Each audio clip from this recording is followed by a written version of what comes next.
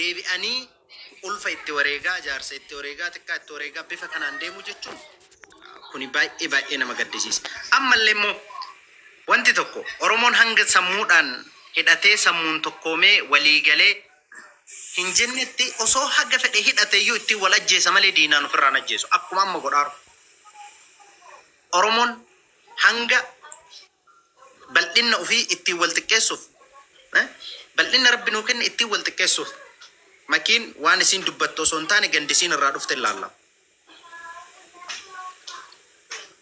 Hanga akka kanatti gabbuunee hidda keenya barbaadaa wal xureessu hidda keenya barbaadaa wal faaluun dhiisnetti wanti nuti goonu yoo jiraate osoo walis nu hidhachiisanii deebinee waliin ajjeefna bilim naamana ammaayyuu ta'aatuma jira waan ta'eef. Har'a qotiyyoo qonnarraa hiikee kan dhugama rabbii haa dubbannuuti wanti amma ta'aaru xiqqeenni amma ta'aaru kun cubbuun amma ta'aaru kun eessaa ka'ee eenyuun nutti dhufe ofii keenya wal gaafachuutu nurraa male.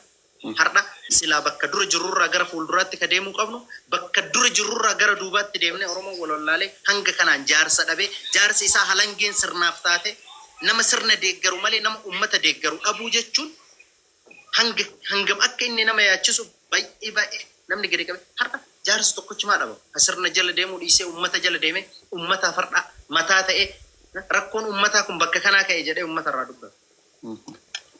Halangee sirnaa taate halangee namni sirna deeggaru paartii deeggaru nuti maaf xiqqee akkamitti paartii taataati ummata bal'arraa dhalattee paartii namoonni muraasni hidhan ilaalcha namoota muraasaa ta'u Oromoon bifa kanaan gad deebinee har'a ilmaan keenya odoo nuti ilaallu waan nuti kaleessa gurraan dhageenyu har'a irratti fidanii qajeelumaan ija keenya duratti ilma Oromoo morma muranii sibiilatti fannifanii irraa dhiichisu akkuma hoolaa gachiibsanii basmaa'am jedhaatiin hin qali waliin jechuun kun ani akkamitti akka namaaf liqinfamee Oromoon gadi ciisee ammallee kuni diina warri kun diina eenyummaan isaa beekamu diina identitii Oromootirraa gaafii qabu.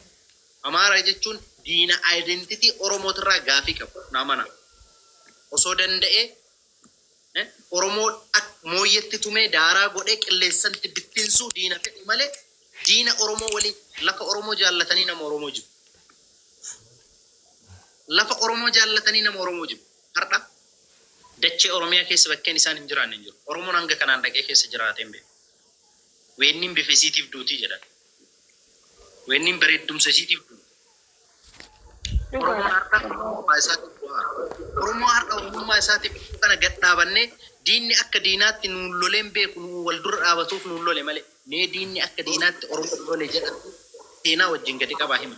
Garuu Oromoon afoo dhaabbatee diinni Oromootti diina ta'e. Dhumaatii ilmaan Oromoo kalee isaa keessatti waan Oromoo afoo dhaabbateef malee waan diinni onnee qabaatee Oromoo fixeef himi. Dhumaatii Walloo isinii haa kaasu. Dhumaatii baha Oromiyaa guutumaan guututti isinii haa kaasu. Dhumaatii lixa Oromiyaa guutumaan guututti isinii kaasu. Waan Oromoo gidduu dhaabbateef malee waan diinni akka diinaatti laphee dhaatee dhufe Oromoo ajjeeseef. Har'a kana walii beekuu dadhabne Oromoon miirri Oromoo eelee sibiilaa ta'e har'a odoo ajandaan kun akkana jirame ajandaan biraa osoo dhufe Oromoon jijjiirameera. Miirri Oromoo eelee sibiilaa ta'e yoosuu wal xiqqeessuuf waan xiqqoo walirra barbaadu.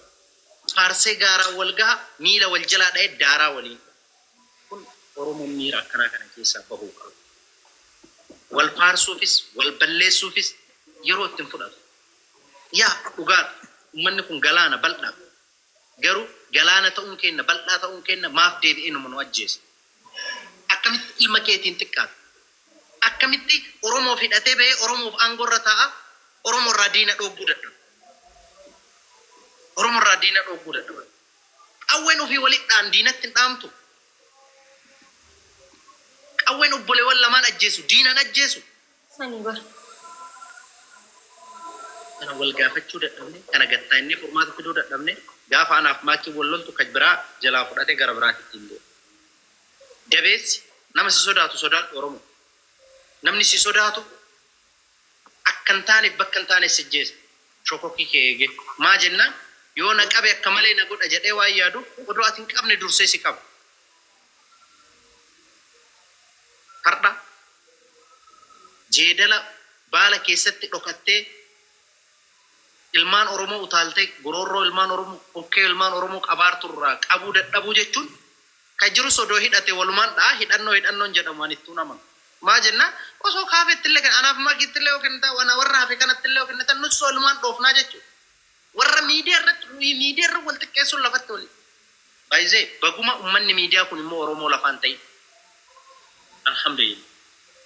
Amma inumaayyuu tokko vaayirasiin uummata keenya qabaara malee uummanni miidiyaa irra jiruuf uummanni lafa jiru tokko.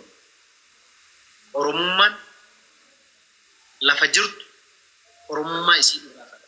Asirra jiru kan vaayirasii hedduun dhaame xuraawee. Ani isinitti hin dheeraa. Wanti hanga kanaan dubbise akkuma sila jedhe qamadii dirra gubataa garbuu cora gubataa jedha. Namuu gubadhee wallaahi rabbinatti raga. Yeroo tokko wammaan haasoftu ofii keetiif deebi'ee hanga si jalaa badee baay'ee an akkuma rabbinatti himaa miidiyaa kana sodaadha rasaasa caala. Miidiyaa kana sodaadha. Because rasaasni mataa dhayeet mataa si balleessa. Miidiyaan maqaa dhayeet namummaa si balleessa. Sorry. Waan sodaadhu sanarra dhufee hangadha. Baay'ee yeroo tokko gaafa akkasitti namni haa ta'u maybe miira nama anam odoo akka kiyyaati miidiyaa kanatti hin dhufu. Garuu namni ati jaalattus namni ati barbaaddus sabni ati ibidda ta'ee argame miidiyaan kun itti sixxee itti ho'ifata. Kanaaf bakka kana deebina malee jaalala miidiyaa nu godhaaruuf. Kanuma ani eeganumatti isinirraa gabaabbadhaa isinitti hin dheeressu nama baay'ee carraa eeggachuu jira. Tokkoffaa ilmaan Oromoo ta'e. Okay. Galatooma maayikii Maamiltoonni hedduu galatoomii yaada bilchaataa dubbatte dhugaa rabbii hedduu thank you. Hayyee itti fufi. Maamad Deeksisoo atillee hedduu galatoomi. Diinni waan ni barbaadu lafa Oromootii fi Oromiyaa lafarraa dhabamsiisee Oromoo lafarraa dhabamsiisee ofii lafa isaaniitii fi waan ni dhaaluufi kan diinni galgalaa ganama carraaqaa jiru. Galgalaa ganama irratti hojjechaa jiru isa kana. Uummanni keenya hanga ammatti hanga hawaasni keenya gara tokko jiru. Fedhii takka qabu dhaabbileen siyaasaa Oromoodhaa fedhii takka hin qaban. Namni tokko nama mataa jala qabatu yeroo gartee isaan kun waan ni wal godhanii diinni tanaatantu jidduu sochiilee hin taane godhaa olii gaddeema. Bara Oromoon biyya kana bulchu jaamee yaadamu keessatti yeroo lama mormii ilma Oromoo muramee itti biyya biraa galee beetakiristaana fannifame itti deebi'ee mormii Oromoodhaa daa'imni kichuun ol adeemtu gaccibsamee akka horii qalanitti yookiin re'ee yookiin beeyladaa walii qalanitti halaalfame bara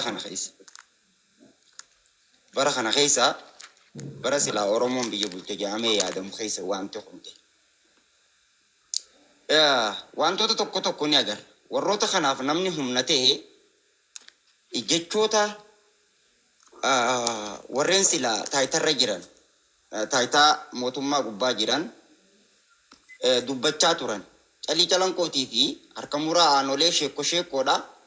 Waanni kana hojjete hin jiru diigamuu qabaa. Jaamee girtii gartee qaamni mootummaa biyya bulchu dubbatu diinni kana dalaguun isaadha nama ajaa'ibu. Yoo gartee Oromoon gisee wallabe gumaadha waliin qaba. Rakkoo fi akkatti fixatu beeka. Rakkoo siyaasaatis akkatti wal didduu fixu beeka Oromoon.